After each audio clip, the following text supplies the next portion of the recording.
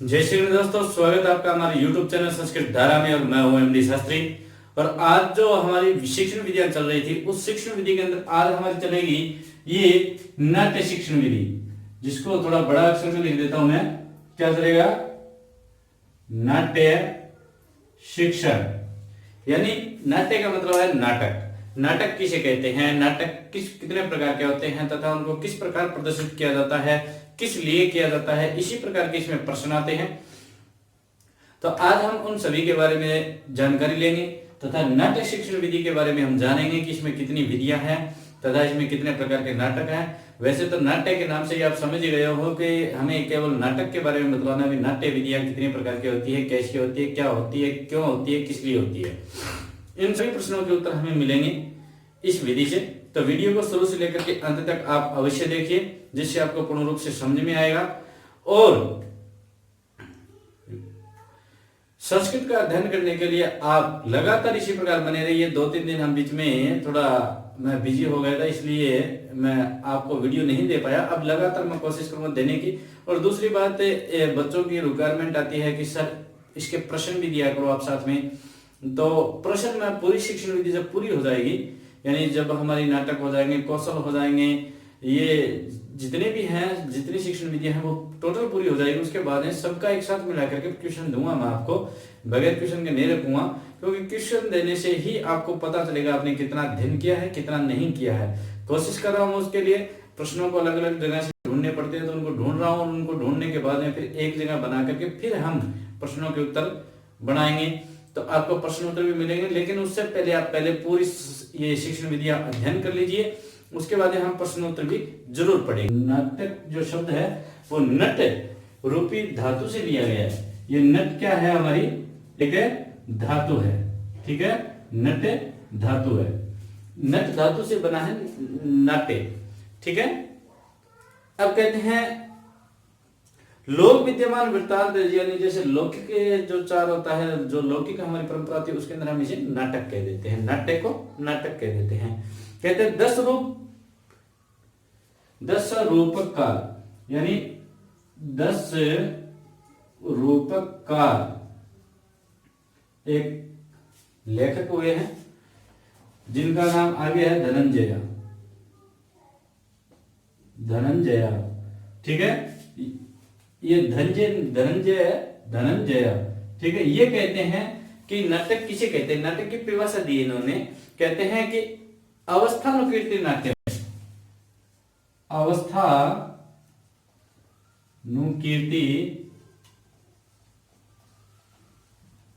नाट्य। ठीक है, अवस्था कृति है। अच्छा सॉरी, अवस्था कृति नाट्य। ठीक है, यानी अवस्था के अनुसार ही क्या होता है, नाटक होता है। ठीक है, या अवस्था का अनुकरण ही नाटक होता है, कुछ भी कह सकते हो आप। फिर कह लेते हैं कि नाटक जो है वो क्यों बढ़ाए, इसके उद्देश्य, यानी इसके उद्देश्य पढ़ लेते हैं। नाटक के उद्देश्य यहां लिख लेता हूं मैं। नाटक के उद्देश्य, क्या उद्देश्य रहे होंगे जिसके कारण से हमें नाटकों की आवश्यकता पड़ी? क्या उद्देश्य थे हमारे? एक बार चेक करता हूं, सही चल रही है, नहीं चल रही? सही है, कोई समस्या नहीं है। तो कहते हैं कि पहले अभिनय कला का परिचय देना। यानी 1 नंबर पॉइंट जो है वो क्या है? अभिनय कला का परिचय देना एक उद्देश्य है इसका। दूसरा जो उद्देश्य है वो है उचित रोह अवरोह, यानी उचित रोह अवरोह,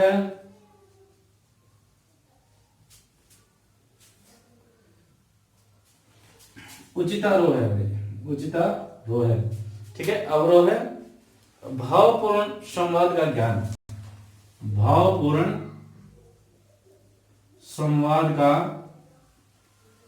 ज्ञान, ये 2 नंबर पॉइंट है। 3 नंबर जो पॉइंट है हमारा वो क्या कहता है? 3 नंबर में देख लेते हैं। कहते हैं शुद्ध वार्तालाप का ज्ञान, यानी शुद्ध बात का, शुद्ध वार्तालाप शुद्ध वार्तालाप का ज्ञान देना। 4 नंबर पर हमें क्या कहता है? कहता है 4 नंबर पर उचित अनुचित व्यवहार का ज्ञान। हमें उचित और अनुचित के बारे में, उचित अनुचित व्यवहार का ज्ञान, ठीक है, हमें उचित और अनुचित के बारे में बतलाता है। 5 नंबर पर है चिंतन शक्ति अभिव्यक्ति की क्षमता बढ़ाना। 5 नंबर पर है चिंतन शक्ति, चिंतन शक्ति व अभिव्यक्ति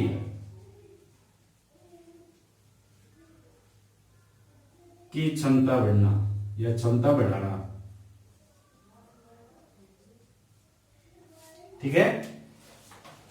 5 पर है भरत मुनि ने अपने नाटक में नाटक के 3 उद्देश्य बताए। अब ये तो 5 तो हमारे उद्देश्य बतला दिए, इसने आगे कह दिया कि जो भरत मुनि थे, भरत मुनि जो थे, भरत मुनि, उन्होंने नाटक 3 प्रकार के बतलाए हैं, 3 प्रकार के, ठीक है। अब वो 3 प्रकार के कौन से नाटक हैं उनके बारे में भी हम जान लेंगे। सबसे पहले आपको ये समझ में आ गया होगा, नाट्य शिक्षण विधि हम पढ़ रहे हैं, जिसमें नाट्य शब्द बना है नट धातु से, और 10 रूपक का धनंजय जी ने कहा था अवस्थानुकीर्तिर नाट्य है, अवस्था का अनुसरण करना ही नाटक कहलाता है। नाटक के उद्देश्य है, पहला है अभिनय कला का परिचय देना, उचितारोह और अवरोह भावपूर्ण संवाद का ज्ञान करवाना, शुद्ध वार्तालाप का ज्ञान, उचित अनुचित व्यवहार का ज्ञान, चिंतन शक्ति व अभिव्यक्ति की क्षमता बढ़ाना। ये 5 प्रकार के इसके उद्देश्य हैं। फिर भरत मुनि जी कहते हैं कि नाटक जो होते हैं वो 3 प्रकार के होते हैं। तो नाटक 3 प्रकार के कौन कौन से होते हैं उनके बारे में हम जान लेंगे। पहले इसको साफ कर देते हैं, एक बार चेक कर लेता हूं मैं, सही चल रही है, कोई समस्या नहीं है। इसको पूरे को साफ कर देते हैं यहां तक। और अब देख लेते हैं नाटक जो मुनि ने बताए थे, क्या नाम है, भरत मुनि ने, भरत मुनि ने नाटक बतलाए थे 3 प्रकार के, ठीक है। 3 प्रकार के नाटक बतलाए थे, कौन कौन से? पहला है हितोपजनन, ये है हितोपजनन, ठीक है, पहला है हितोपजनन। दूसरा जो नाटक बतलाया था वो है विश्रांति जनन, दूसरा है विश्रांति जनन। और तीसरा जो नाटक है उसका नाम है विनोद जनन, ठीक है, तीसरे का नाम है विनोद जनन। विनोद का मतलब हास्यप्रद, ठीक है। अब कहते हैं कि हितोपजनन किसे कहते हैं, विश्रांति जनन किसे कहते हैं, विनोद जनन किसे कहते हैं, इसके बारे में भी जान लेते हैं।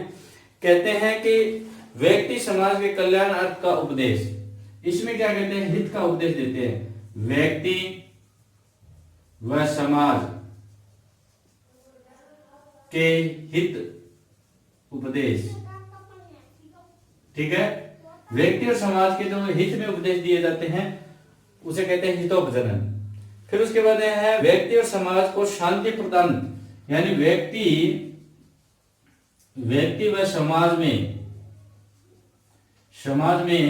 शांति प्रदान करने का तरीका, शांति प्रदान करना, यह कहलाता है विश्रांति, ठीक है।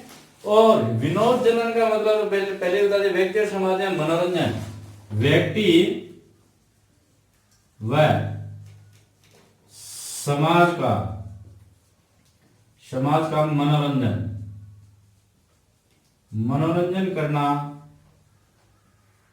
करना उसे कहते हैं विनोद जनन। बात आई समझ में। भरत मुनि ने 3 प्रकार के नाटक बतलाए हैं, हितोपजनन, विश्रांति जनन, विनोद जनन। हितोपजनन का मतलब है व्यक्ति और समाज के प्रति हित उपदेश देना, विश्रांति जनन का मतलब है व्यक्ति और समाज के प्रति शांति का प्रदान करना, और विनोद जनन का मतलब है व्यक्ति व समाज का मनोरंजन करना, ठीक है। ये हो गया हमारा भरत मुनि के द्वारा बतलाए हुए 3 नाटकों का प्रकार। अब इसके बाद में हम जानेंगे, आज एक चीज और जान लेंगे, उसके बाद में विधि हम करेंगे। इसके बाद में जानेंगे हम जो नाट्य विधि है वो कितने प्रकार की है, ठीक है, नाट्य शिक्षण विधि है वो कितने प्रकार की है। अब यहां पर विधि देख लेते हैं। विधि जो है वो कितने प्रकार की है, तो इसने बतलाया विधि जो है वो 4 प्रकार की है। 4 प्रकार की कैसे कैसे है, तो पहले लिख लेते हैं, अपने 4 प्रकार की विधियों के बारे में लिख लेते हैं, उसके बाद में उनको विस्तार से पढ़ेंगे। पहला है आदर्श नाट्य विधि, 1 नंबर पर है आदर्श नाट्य विधि 1 नंबर। 2 नंबर पर जो आती है उसका नाम है कक्षा अभिनय विधि, ठीक है, कक्षा अभिनय विधि, ठीक है। और 3 नंबर पर आती है रंगमंचाभिनय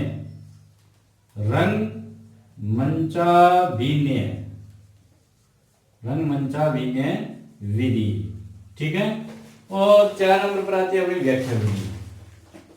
ये व्याख्या नाम जो है ना, ये याद रखना, लगभग प्रत्येक शिक्षण विधि के अंदर आ जाती है। व्याख्या से नाट्य में भी आ गई, पद्य में भी आ गई, गद्य में भी आ गई, उससे पहले अपने पाठशाला में भी आ गई थी और उसमें भी आ गई थी, बहुत सारी, मतलब सब में लगभग व्याख्या, व्याकरण में भी आती है व्याख्या हर जगह मिलेगी आपको। बस आपको ध्यान रखना है कि कब कहां किस चीज के बारे में बतला रहा है, वही शिक्षण विधि है, ठीक है। आदर्श नाट्य विधि, कक्षा अभिनय विधि, रंगमंचा विधि और व्याख्या विधि। देखो आदर्श का मतलब तो आपको पता ही है, आदर्श से रिलेटेड होगी। कक्षा अभिनय विधि का, कक्षा यानी जो क्लास होती है, हमारी क्लास के अंदर जिस प्रकार नाटक करके बतलाया जाता है, जो क्लास के केवल क्लास के बच्चे ही देख सकते, उसके लिए बतलाया जाता है, उसे कहते हैं कक्षा अभिनय। रंगमंच यानी जहां पर एक बड़ा सा स्टेज लगा हो और वो रंगमंच हो और वहां पर बैठ करके सभी के सामने सामूहिक जो अभिनय किया जाता है उसे कहते हैं रंगमंच अभिनय। जैसे नाटक हो गए, सीरियल हो गए, मूवी हो गई, जो भी है वो क्या रंगमंच होते हैं। व्याख्या विधि है, तो व्याख्या आपको पता ही है, बार बार में हम क्या करेंगे, किसी के बारे में हम स्पष्ट रूप से उसका उदाहरण देंगे। तो आज हमने जो सीखा है वो है केवल नाट्य शिक्षण विधि के उद्देश्य सीखे हैं हमने। और नाट्य शिक्षण विधि जो भरत मुनि ने बतलाई है कि 3 प्रकार की होती है, उनके बारे में हमने पढ़ लिया, हितोपजनन और विश्रांति जनन और विनोद जनन। उसके बाद में हमने पढ़ा है कि नाट्य शिक्षण विधि जो है वो कितने प्रकार की, 3 प्रकार की बतलाई है, 4 प्रकार की बतलाई है, आदर्श नाट्य विधि, कक्षा अभिनय विधि, रंगमंचाभिनय विधि और व्याख्या विधि। अब इनके बारे में हम विस्तार से आगे वाली वीडियो में पढ़ेंगे, अन्यथा क्या है कि वीडियो बहुत लंबी हो जाएगी, तो फायदा नहीं है इससे। तो आपको ये वीडियो कैसी लगी, आपको अच्छी तरह से समझ में आई है तो आप लाइक, शेयर और कमेंट जरूर करें। अगर आप हमारे चैनल पर नए हैं तो सब्सक्राइब करें, पास में एक बेल आइकन दिखाई देगा उसे दबा दीजिए, जिससे मेरे द्वारा डाले गए नए जो वीडियो हैं वो आपको प्राप्त होते रहेंगे। और दूसरी बात, ये जो हमारी वैश्विक महामारी चल रही है, इसके चलते आप घर में रह करके अध्ययन कीजिए, निरंतर कीजिए और स्वस्थ रहिए। जय श्री गणेश।